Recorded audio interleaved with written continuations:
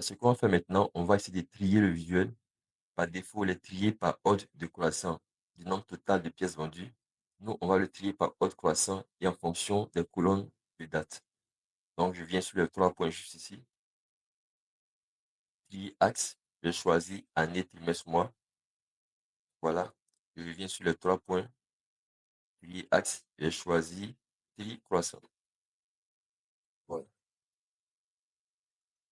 Maintenant, lorsqu'on regarde l'axe des dates, donc il a placé février avant le mois de janvier. Au deuxième trimestre, on a avril, juin, mai. Donc, juin était placé avant mai. Au troisième trimestre, on a août, juillet et septembre. Donc, il a placé août avant juillet, ce qui n'est pas correct. Alors, qu'est-ce qui se passe?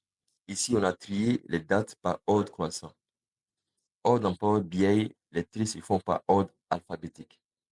Du coup, puisque premier trimestre, le F vient avant le J, il place février avant janvier. Or, ce qu'on veut ici, c'est de pouvoir trier le mois, mais en respectant l'ordre des numéros de mois. Puisque février, c'est le mois numéro 2 et janvier, le mois numéro 1, on doit pouvoir faire passer janvier avant février. Donc, pour corriger cette incohérence, Power BI offre une option qu'on va voir dans la partie ou dans la vue table. Donc, on va dans la vue table. Ce qu'on va faire, on va trier la colonne mois en respectant l'ordre des numéros de mois. Donc, je sélectionne la colonne mois. Je vois ici trier par colonne. Je vais choisir numéro mois, de sorte que la colonne mois soit triée en fonction de l'ordre des numéros de mois.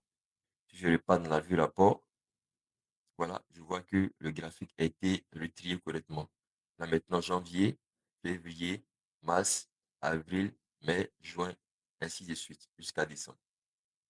On a un graphique qui donne le nombre total de pièces vendues par période, par année, par trimestre, par mois.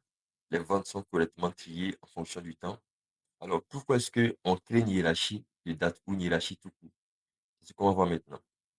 Alors déjà, lorsqu'un visuel utilise la hiérarchie, on va voir ces 4 boutons, ces 4 flèches au-dessus du visuel ou en dessous en fonction de la disposition du visuel.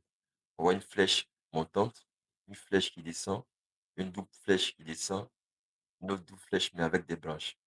Alors, ces boutons vont nous permettre de naviguer entre les différents niveaux à partir du même visuel. Par exemple, ici, si je clique sur la flèche montée de la hiérarchie, on va passer du niveau année, trimestre, mois au niveau année et trimestre.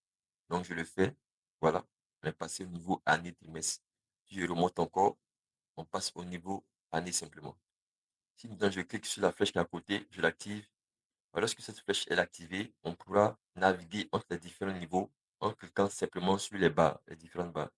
Donc, si je clique sur 2013 par exemple, voilà, je descends au niveau de l'année 2013. On a maintenant T1, T2, T3, T4.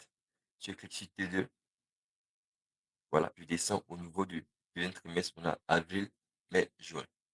Donc, c'est à ça que c'est la hiérarchie. Je vais encore remonter au niveau supérieur pour voir les autres boutons. Alors, en cliquant sur la double flèche ici, on va descendre au niveau inférieur, mais sans garder le niveau supérieur. Voilà, on est maintenant au niveau trimestre.